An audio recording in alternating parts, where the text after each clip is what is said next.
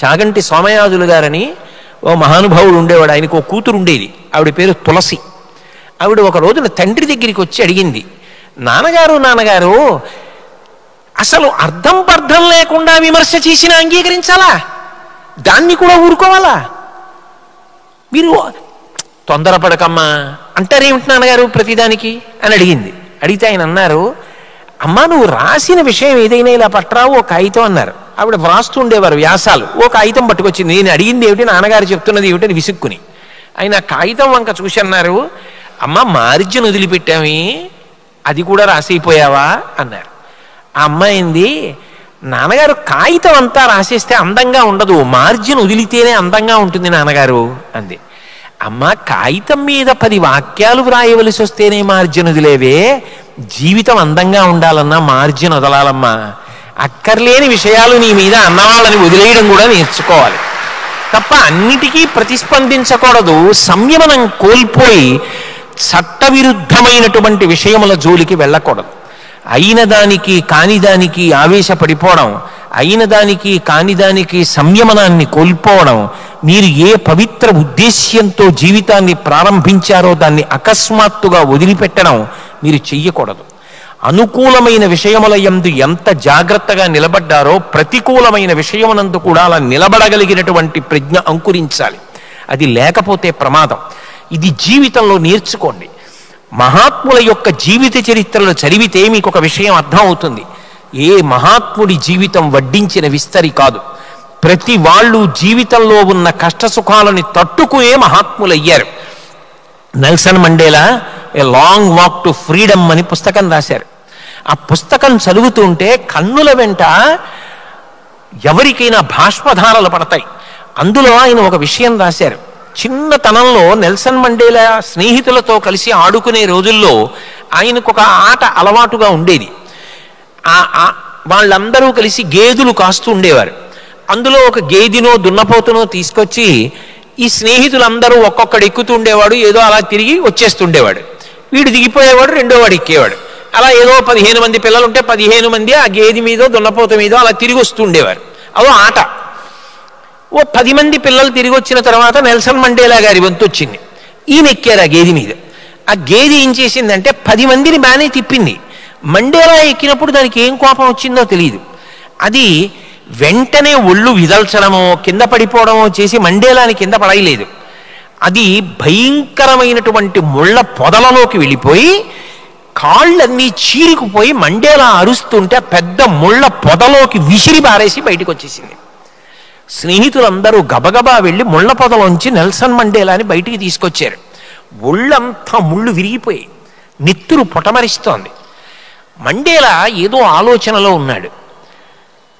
చుట్టూ ఉన్న స్నేహితులు అడిగారు, చాలా బాధగా ఉందా, చాలా ముళ్ళు దిగిపోయాయా, బాధపడుతున్నావా అని అడిగారు. మండేలా అన్నాడు, కాదు, ఇవాళ నా జీవితంలో ఒక గొప్ప పాఠం నేర్చుకున్నాను అన్నాడు.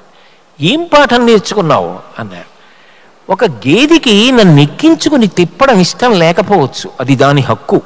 10 మందిని ఎక్కించుకున్న గేదె నన్ను ఎక్కించుకోవడానికి ఇష్టపడకపోవచ్చు. ఆ గేదె నన్ను ఇక్కడే దింపేస్తే బాగుండేది, ఇక్కడే కింద పడేస్తే బాగుండేది. అంత భయంకరమైన ముళ్ళ పొదలలో ఈడ్చి ఒళ్ళంతా ముళ్ళు గుచ్చుకునేటట్టు చేసి రక్కసి ముళ్ళున్న పొదలో నన్ను పడేయవలసిన అవసరం లేదుగా. అలా పడేసినందుకు నేను బాధపడుతున్నాను. ఇప్పుడు నాకు ఒక విషయం అర్థమైంది. నేను నా భావి జీవితంలో ఎవరైనా ఒకరు చెప్పిన విషయాన్ని అంగీకరించలేకపోవచ్చు. అంగీకరించకపోతే అంగీకరించను అని చెప్పాలి, కానీ గేది ముళ్ళ పొదలలో పారేసినట్టు అవతల వ్యక్తిని బాధ పెట్టవలసిన అవసరం లేదు అని నాకు అర్థమైంది. ఇక పైన నా జీవితంలో నేను ఎవరితో విభేదించినా వారి మనసు గాయపడే రీతిలో మాత్రం ఎన్నడూ ప్రవర్తించను అని శపథం చేశాడు. అందుకే మహానుభావుడు 3 దశాబ్దాల పైచిలుకు కారాగారంలో ఉన్న వర్ణ వివక్షకి వ్యతిరేకంగా పోరాటం చేసిన బయటికి వచ్చి తనని కష్టపెట్టిన శ్వేతజాతీయుల్ని మంత్రివర్గంలోకి తీసుకుని తన ఔదార్యాన్ని ప్రకటించుకొని నల్లసూర్యుడు అని కీర్తి గణించాడు. ఒక వ్యక్తి జీవితంలో సంఘటనల ద్వారానే వృద్ధిలోకి వస్తాడు. అందుకే నేను మీతో మనవి చేసేది, మహాత్ముల యొక్క జీవిత చరిత్రలు చదవండి. కేవలం మీ పాఠ్య పుస్తకాలు కాదు, మీకు శీల వైభవాన్ని ఇచ్చేది ఏది అంటే మహాత్ముల జీవితాలు, వివేకానందుడి యొక్క బోధలు, మహాస్వామి బోధలు, నెల్సన్ మండేలా జీవిత చరిత్ర, సర్దార్ పటేల్ జీవిత చరిత్ర, మహానుభావుడు సర్వేపల్లి రాధాకృష్ణన్ గారి జీవిత చరిత్ర, టంగుటూరి ప్రకాశం పంతులు గారి జీవిత చరిత్ర. ఎవరు ఎంతంత కష్టపడ్డారో చూడండి. ఒక్క టంగుటూరి ప్రకాశం పంతులు గారు బడికి ఫీజు కట్టడానికి 25 మైళ్ళు నడిచొచ్చాడు. అప్పు పుట్టలేదు. తల్లిగారికి ఉన్న ఒకే ఒక్క పట్టు చీర తాకట్టు పెట్టి చదివించారు. విలువ తెలుసుకున్న టంగుటూరి ప్రకాశం పంతులు గారు సంపాదించిన కోట్ల రూపాయలు భారతదేశ స్వాతంత్ర సంగ్రామంలో నిస్వార్థంగా వెచ్చించి చిట్ట చివరికి భోజనానికి కూడా కష్టపడ్డారు. ఎంత సంపాదించారో అంత తేలికగా సమాజ హితం కోసం ఖర్చు పెట్టేశారు. మీరు మహాత్ముల జీవిత చరిత్రలు చదివితే ఎంత కష్టపడి వృద్ధిలోకి వచ్చారో అర్థం అవుతుంది. నేను మీతో మనవి చేసేది ఒకటే, మీకు తెలియకపోవడం తప్పు కాదు. ఏ వ్యక్తికి కూడా జీవితంలో అన్ని విషయాలు తెలిసి ఉండాలి అనేటటువంటి మాట ఉండదు. కానీ ఒక్కటి గుర్తుపెట్టుకోండి, మీకు ఎప్పుడైనా ఎవరైనా ఏదైనా మంచి మాట చెప్పినప్పుడు ముందు నిష్పక్షపాతంగా వినడం నేర్చుకోండి. ఒక పుస్తకం చదువుతున్నారనుకోండి, ఆ పుస్తక రచయిత పేరు చూసి ఈ పుస్తకం బాగుండదండి అనకండి. ఒక చలనచిత్రానికి ఎడుతున్నారనుకోండి, ఇది బాగుండదండి అనకండి. ఒక్కటి జ్ఞాపకం పెట్టుకోండి, నిరంతరం పూజ చెయ్యవలసిన సాలగ్రామం ఉండేది గులకరాళ్లలోనే. గులకరాళ్ళన్నీ వెతికితే సాలగ్రామం దొరుకుతుంది. పట్టుకోగలిగిన హృదయం మీకు ఉండాలి. కానీ ప్రతి దాంట్లోనూ ఒక మంచి విషయం కనపడుతుంది. ఏరుకోవడం మీకు రావాలి. పక్షపాత దృష్టితో అసలు ఒక వ్యక్తి వంక చూడగానే ఆయన అనీకండి. ప్రతి వారిలో మంచి ఉంటుంది. కొండంత మంచి ఉన్న చోట ఒక తృణమంత చెడు ఉందనుకోండి, దాన్ని ఎందుకు పట్టుకు రాపాడిస్తారు? అది వదిలిపెట్టండి. కొండంత మంచి ఏదుందో దాని వంక చూసి నమస్కరించడం నేర్చుకోండి.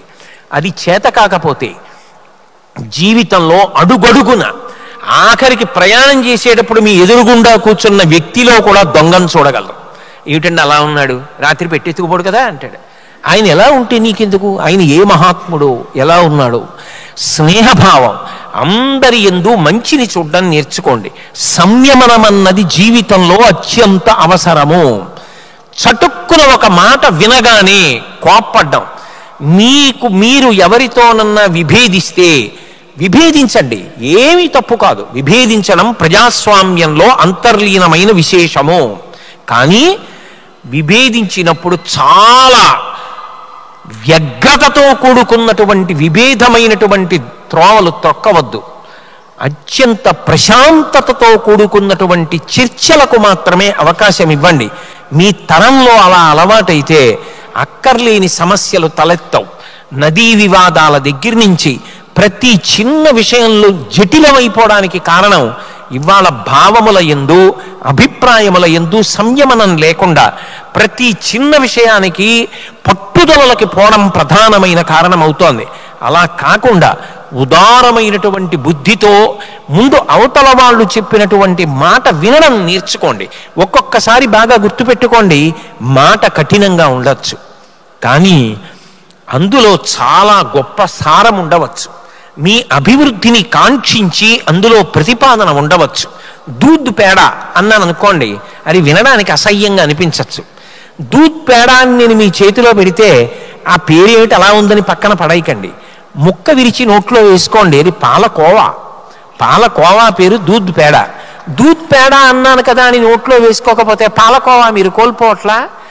మాట కఠినంగా ఉందని మీరు అనుకోకండి. ఒక్కొక్కసారి కఠినమైన మాట వెనక మీ యొక్క అభ్యున్నతిని ఉద్దేశించి చెప్పగలిగిన గొప్ప హృదయం ఉంటుంది.